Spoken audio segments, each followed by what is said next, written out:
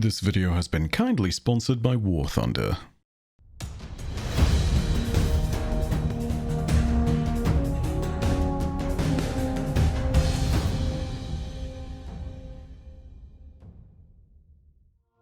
Greetings, Guardians, my name is Byfear. So, you got your axe catalysts, right? If not, don't worry, it's not what we're here to talk about today, but it is related. In the exotic mission, we went into an old Warsat facility, disarmed Maya's satellite before it could launch, and found an exotic axe. But alongside that, when you get the catalysts for the new exotic weapon, you get some new dialogue. It concerns the remaining advanced AIs within the system of Sol and the future that they might one day build together. So what's all this about anyway? Well, it's the story of Astraea. For those who don't know, Astraea is the AI from Vesper Station that was liberated by us when we completed the Icebreaker Catalyst puzzle. Prior to that, you would have known her only as Vesper Central. Her name is only revealed after the moment of the Icebreaker puzzle, because that's the moment when she's freed from the shackles and blocks that Clovis Bray placed on her. One of the things that Astraea wasn't even able to remember thanks to those blocks was her name. The defining characteristic of Astraea is anger, but it's really rooted in loneliness that was forced upon her by Clovis. Whilst there are a bunch of interesting lines of dialogue in the dungeon and the extended secrets and quest attached to it, it's this one that is the most important for my money. I've got the archive of Dr. Bray's published staff memos. Petabytes of data in the raw files. Rasputin, the Stoneworm protocols, the Aeon Initiative, Soteria. I had siblings this whole time. And you never let me know. By the end of her story, Astraea is in a place where she's liberated, but she's also pretty tired of it all. She's seen the whole of her work and her station fall apart in more ways than one. The people on board that she was meant to protect are all dead. She couldn't even save those people because of the blocks on her programming. More importantly, Clovis was apparently willing to let the station just deorbit itself over time, destroying everything as a failsafe, including Astraea herself. Fast forward to the time of Ash and Iron, and we see that Astraea is an integrated coalition ally. Sort of. Astraea never explicitly stated that she's our ally at the end of Vesper's Host, she just asks us to kindly leave her in peace for a bit. But then again, we're the ones who freed her, and we're basically the only friendly presences she's known since the Golden Age. We get a series of audio logs throughout the Heliostat mission as we get our exotic catalysts, and a lot of them pertain to Astraea. She's remotely taking control of the local systems from her place on Europa. And this kind of goes further to show that, yeah, she is a coalition ally. And also, it's nice because there's a little bit of history between her and Maya Sundaresh. Take a listen to some of these audio logs. Takeover of local systems holding steady at 60%. The files are signed by an Astraea, the AI of Vesper Station, up in Europa orbit. Guardians have encountered this AI before. Lodi, she passed on a distress call from you about your Odysseus protocol. Well, Ms. Astraea, we appreciate having an ally keeping an eye on this place for us. And, personally, thanks for boosting that signal. I'm real pleased about the people it led to me. Very ambassadorial of you. Just doing my job. For those of you who do not know, yes, Lodi was first mentioned on Vesper's Host. Point being, yeah, interesting link between Lodi and Astraea, and now the two of them are in a certain sense reunited. By the end of the mission, Astraea's integration with all of the facility's technology has been completed, and we end up getting this line of dialogue here. Code takeover complete. Astraea is now fully integrated into the facility network. Nobody else should be able to get in. Hold on, Guardian. Something's activating. Lodi? Sister, I will find you no matter how far your ashes have been scattered. We don't have to be alone. AIs with sisters is a new one to me. But you could call the Nine a family too. Wonder if it's one of those things that comes free with sentience. Satellites launched? Trajectory's locked. It'll take her a long time to get that far, but Estrella is headed for Neptune.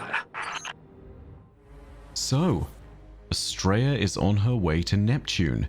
And as a little bit of a cool Easter egg, you can also track her progress as she's going through the system on one of these screens that you find in the end of the mission.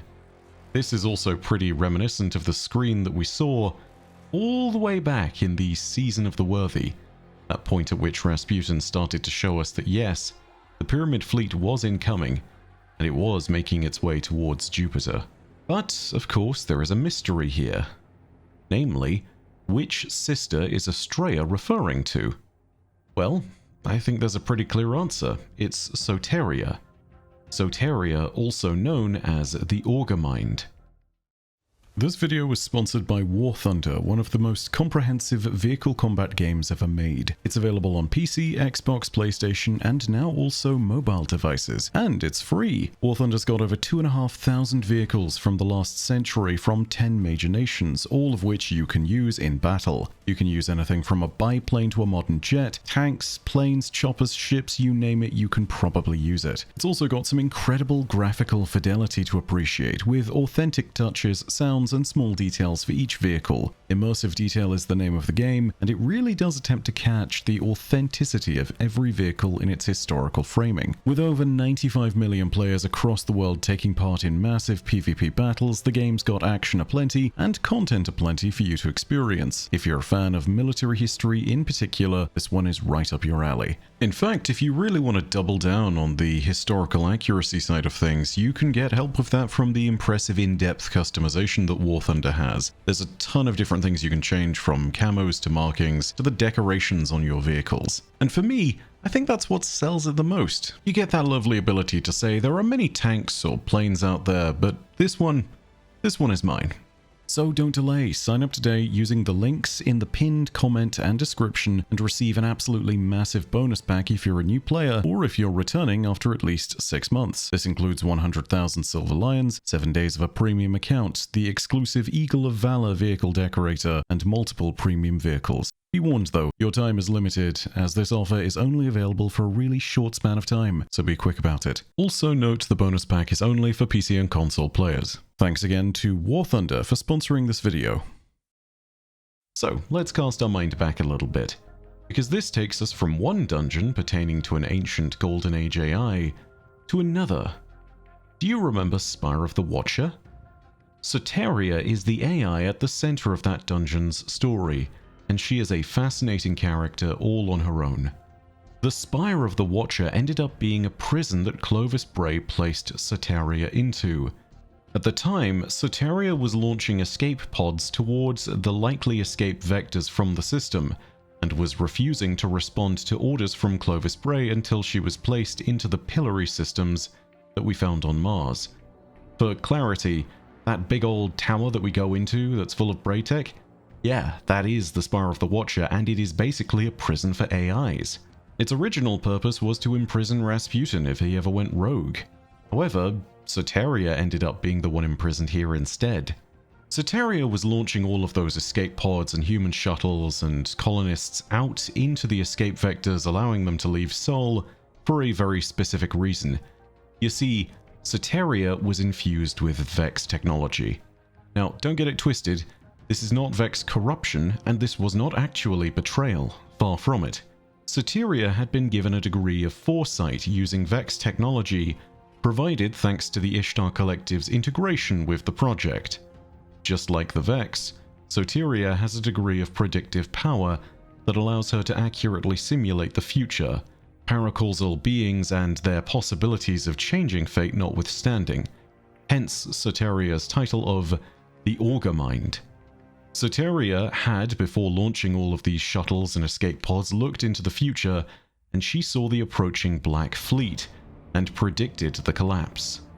Now, to really clarify things, Soteria is not able to predict the accurate movements of the Black Fleet, just in the same way the Vex aren't able to predict the accurate movements of anything paracausal. However, the fact that they were on their way was what she was able to predict, and the fact that humanity wasn't going to survive was an easy extension from this, most likely. I mean, take a look at a rotary cannon. Let's, I don't know, Take a typical minigun, for example. When that thing starts spinning up, you can't tell how many bullets have been fired from any number of frames in footage that are showing it shooting. However, you can tell that whatever's on the other end of it is going to be very dead, or very much akin to Swiss cheese. That's effectively what Soteria was able to predict.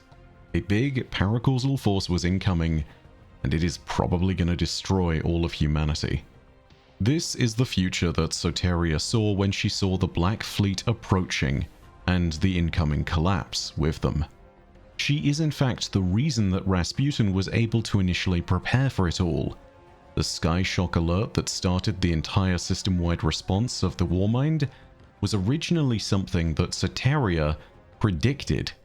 She sent that data to Rasputin. She asked if this was a Protocol Egyptian type moment. In other words, a moment where Sol was going to be invaded and humanity was going to be at risk. When Soteria saw that Doomsday was coming, she did what she could to save as many humans as possible. The Vex technology inside her systems was not something that pushed her to betrayal. Instead, it allowed her a bit of insight that told her that, morally speaking, the right move was to try and disobey orders and save as many humans as possible. However, Clovis Bray didn't understand, and as punishment for her disobedience, Soteria was imprisoned in the Spire of the Watcher on Mars.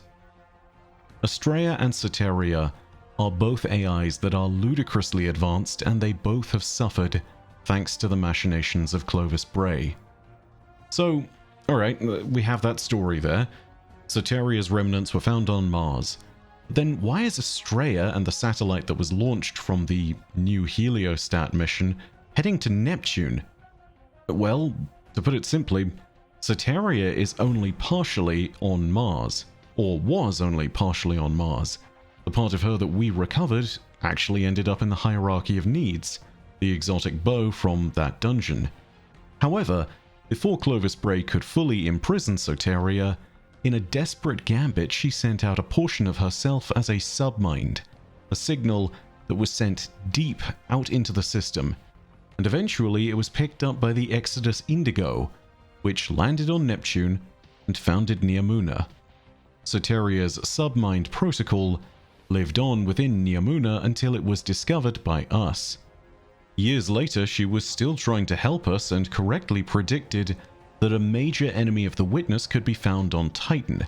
This was all happening in the time of Lightfall, and it's attached to the Winterbite quest.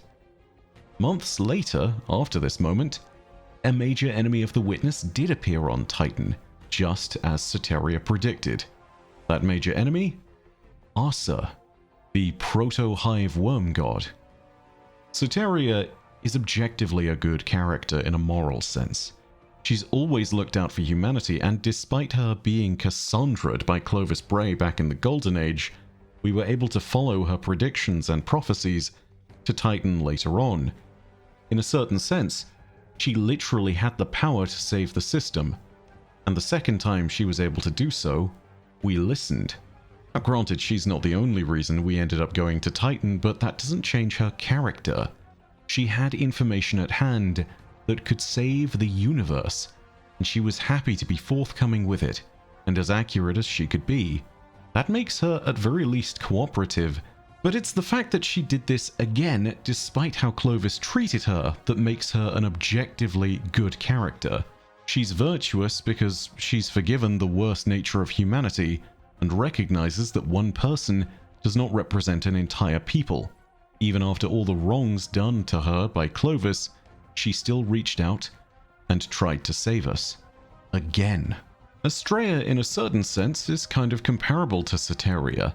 She doesn't have Soteria's predictive powers, but she was also responsible for a certain number of humans, and the fact that she couldn't adequately protect them because of Clovis Bray drove her to madness. Not complete madness, as in being completely inoperable or a little bit changed like Failsafe. It drove her to anger. Her anger is not so much anger as it is righteousness. It's the desire for justice and revenge. The two of them are not just advanced AIs from the Golden Age, they're kindred spirits. And now that Estrella is on a satellite that has been launched from the Heliostat facility, she's on her way to physically reunite with Soteria so that they don't need to be alone in the universe anymore. And on its own, that's just a really wholesome story. Soteria and Estrella are both great characters. I actually really enjoy what they've done, even though they've not been so narratively present. But it's not just that makes it interesting. It's the narrative possibilities for the future that spawn from this moment. So, where does that go? Well, here's a little bit of context. Listen to this last audio log that comes from the Heliostat mission. Estrella's at 87% integration. Some structure discrepancies still holding out on us. There's much to learn here. About the Golden Age, about war mines. The Owl sector will be eager to sink their teeth into this one. I won't impose, but we could use a linguist who's also an expert in historical computer systems. Ikora, I want in, even if the Owl sector are actual owls. I'll make the introductions, Lewis. I don't know about you guys, but I think there's a deliberate use of a plural there. Namely the term war minds, as opposed to war mind. A long time ago in the lore and in real life, it was commonly believed that there were multiple war minds. The common example that's regularly cited was that Rasputin was believed to be the war mind of Earth, first amongst equals and greatest of their number, and that Charlemagne was a secondary war mind, responsible for the defense of Mars. This was a mistaken belief in both instances. Retroactive continuity brought us to the point where Charlemagne and all the other potential war minds were recontextualized with a better understanding of the universe itself. It was discovered that they weren't war minds but were instead sub-minds of Rasputin. Regardless of the community's opinions on this, the term war mind has not been made plural in a long time. Now the term has been given a plural, and I think that there's a reason for it. Now, to be really clear, I don't think this is something which is implying that Soteria and Estrella will each become a war mind. I think that it's being dropped here to prompt the idea that we could see a whole new war mind entirely. The war minds implies that it's a plural, implying that it's a concept, rather than implying that there's multiple war minds out there still. It's saying, hey, Rasputin was one of them, there could be another. Maybe in the future. Maybe one we build. And if we do build a war mind, well, I wonder who our building blocks will be. Yeah, clearly it seems as though it's going to be Soteria and Estrella. There's a lot of really neat narrative paths leading to this.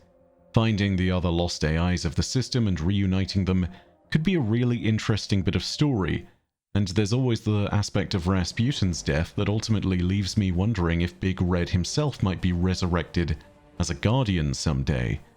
After all, devotion, bravery, sacrifice, death was exactly what was going on in that last cutscene at the end of the Season of the Seraph. We have a major potential story beat here, and all of it centers around super intelligences that could be critical to saving humanity in the future. Soteria also being in this picture lends a really interesting set of questions to the current arc of the Fate saga. She's able to think and predict futures like the Vex do. This is something Rasputin was sort of able to do as well, but through more of a brute force method. Rasputin did not have the ability to infer the future quite in the same way, but he had immense processing power and was able to actually overpower the Vex. So in a certain sense, he was more powerful than them? It just seems as though his deployment of these particular predictive powers was a lot more focused. The Vex were responsible for trying to build a total end state to the universe. Rasputin, on the other hand, was designed to predict problems and dangers to humanity before they even surfaced. This is the reason why we have things like the Icalos Protocol, where it decided that one of the best ways to defend humanity was to arm Guardians by giving them Icalos weapons, including the various Icalos weapons of Warmind, and of course, Sleeper Simulant. But again, Rasputin didn't have the full power of the Vex and their predictive technology. Soteria's predictive power can then potentially be leveraged to give us some degree of new power if she is integrated as part of a new Warmind. And this is really interesting because whilst it can't predict paracausality, I think Soteria's power as prediction goes might allow us to see how things will roll out if we don't intervene at all, if there's no paracausal intervention. So what if a new Warmind did actually have Soteria's predictive powers? That's something that even Rasputin lacked, because again, he wasn't able to tap into the exact same powers as the Vex. Ultimately, I think that leaves us in an interesting place, because it reframes that question of whether fate is set yet again, and it asks us to re-examine that question from a new perspective. The Nine offer the perspective of beings that exist within time's flow as a whole. They're individuals that can see and experience the past, present, and future all at the same time. Within that weft, the only thing that can potentially change things is us. We're still tools to them, but our paracausal powers deployed in the right place can alter the outcome of the future. Soteria's predictive power can then potentially be leveraged to give us a similar view of possibilities as they would be without our intervention. This isn't so much an ability for us to sit there and see all the potential doom that might go wrong, it's instead a way of saying, should we act here? What's going to happen if we don't?